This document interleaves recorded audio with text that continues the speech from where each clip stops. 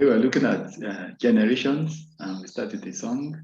We are chosen generation, a royal priesthood, a holy nation, a peculiar people, to show for the praises of Him who has called us out of darkness, out of darkness, out of darkness, into His marvelous light, into His marvelous light.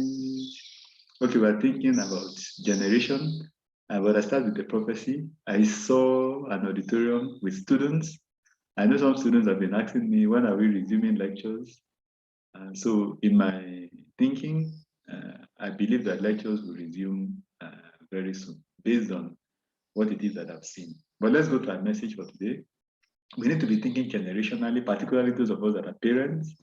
And I have a very interesting passage of scripture. Just to give some background, Isaiah, the prophet, had contacted King Hezekiah and told him that he should put his house in order, that he was going to pass on. And Hezekiah started to pray, and God added 15 years to his life. Then some messengers from Babylon came to visit, and he showed them all his treasures, his armory, and all of that. And then the prophet came to see him. Let's take the story from there. 2 Kings chapter 20, verse 14. Then Isaiah the prophet went to King Hezekiah and said to him, "What did these men say, and from where did they come to you?" So Hezekiah said, "They came from a far country, from Babylon." And he said, "What have they seen in your house?" So Hezekiah answered, "They have seen all that in my house. There's nothing among my treasures that I've not shown them."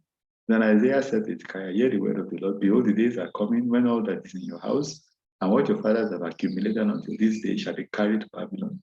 Nothing shall be left, says the Lord. And they shall take away some of your sons who will descend from you, whom you will beget, and they shall be eunuchs in the palace of the king of Babylon." Listen to Hezekiah's answer. So Hezekiah said to Isaiah, "The word of the Lord which you have spoken is good." For he said, will there not be peace and truth at peace in my days? I mean, this is someone that was on the verge of death, but God added 15 years to his life. He could have made the same kind of intercession and it would have made a world of difference.